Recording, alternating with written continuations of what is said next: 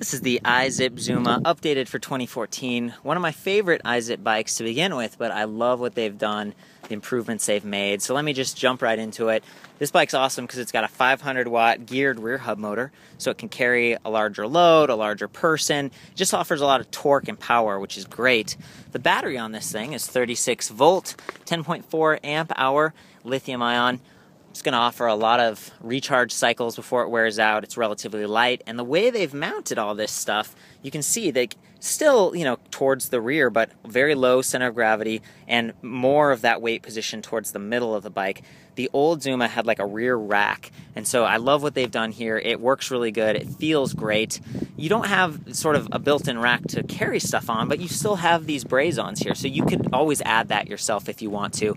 And frankly, I think that it's just going to save weight overall on this bike. So this bike weighs like 4 pounds less than the old Zuma, but it's still meant to be like a sturdy kind of a cruiser bike. And you can just see that in terms of what kind of seat they've got here. It's just really plush. It's got the bumpers in it, big tires. They're going to smooth out that ride, and they're pre-slimed. Like, see that green cap there?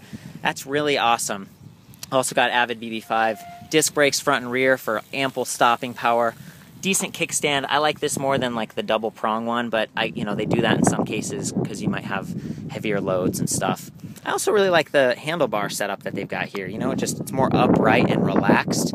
This bike offers both twist and go, like twist throttle, and pedal assist mode. Pedal assist is set up to use a pedalic sensor. It's like those little metal dots in there. There's a magnet and it goes around and around, and it basically turns the engine, the motor, on and off when you're riding. So it's not quite as smooth as like a really high-end torque sensing pedal assist system, but it works really well. And frankly, when I've used it, it's nice not to have to push very hard. You just barely move the pedal, it senses movement, it kicks in.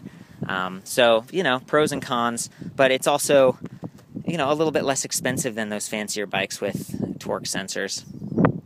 It's got 7 speeds. We got the Shimano Acera back here with the cassette. And I think that's kind of it. I've covered most of the features. You got trigger shifter up here. Overall, it's just a solid, sturdy bike. This is going to be a good bike for someone who just wants to cruise around. Definitely an upgrade from last year's. Let's take it out and test it out. I'll show you the motor. Oh, one complaint I do have is you can't take the battery off to charge it. It's pretty much built in solid. Also, these pedals are just kind of cheapy, plastic, rubber. So if you get on this thing and it's wet, you could slip off, which wouldn't be very fun. I do love that they have a water bottle mount, though. Some of the older bikes didn't have that.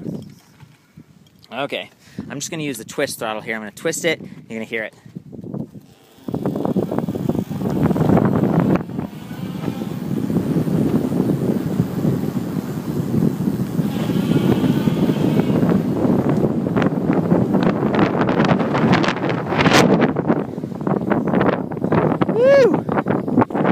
Awesome.